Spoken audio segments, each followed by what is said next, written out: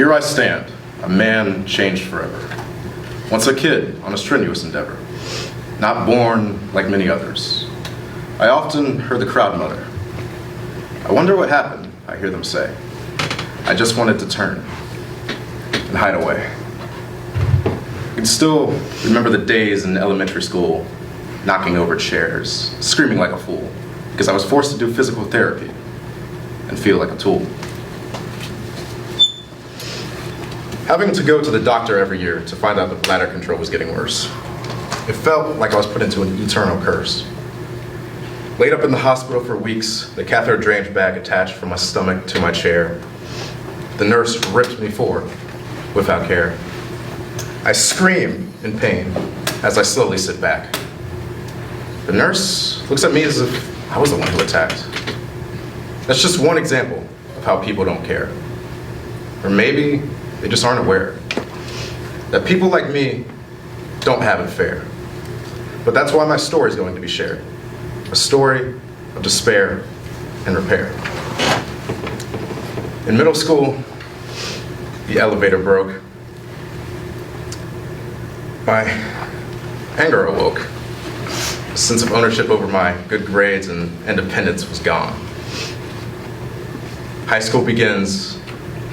I have found myself a teenager known for being funny and strong. But that was just to make people feel like I belonged. I was always looking for some type of validation. Maybe then I could go through some emotional transformation. 4 years of learning who I was meant to be. Then COVID came around and interrupted it all. My life came to a tumbling fall. Once the restrictions got a little bit lighter, I started working at a restaurant, a new journey I was set upon. Here, I met a girl. One of the nicest people I could ever meet. Every moment with her felt complete. And even though I struggled with my mental health, she brought me to a place of eternal wealth. Church. A place I haven't been in forever, nor a place I'd ever thought I'd be again. However, I needed to go, because through this, I met my friends. These are people with me. These are people I can see with me until the end. Months of rejuvenation and learning, self-love I was still earning. Months go by and we go on a trip called Fall Retreat. A place where I either could feel defeat or emotionally complete.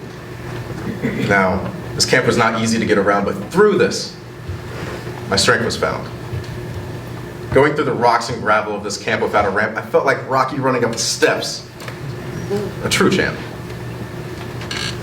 This trip was so physically challenging and tiring. It was so inspiring. I found myself admiring this beautiful land. In that moment, I realized my mind had to expand. Life is beautiful, even through the tough times. You just have to look for the good signs and make that glorious climb.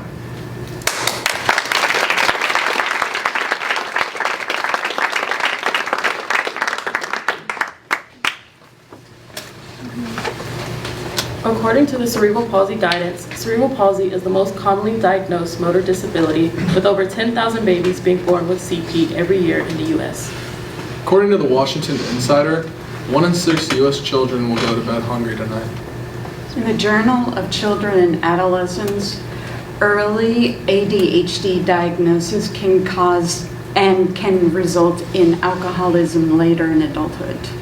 According to the National League of Cities, 65% of curb ramps and 45% of sidewalks are not built for people with mobility issues.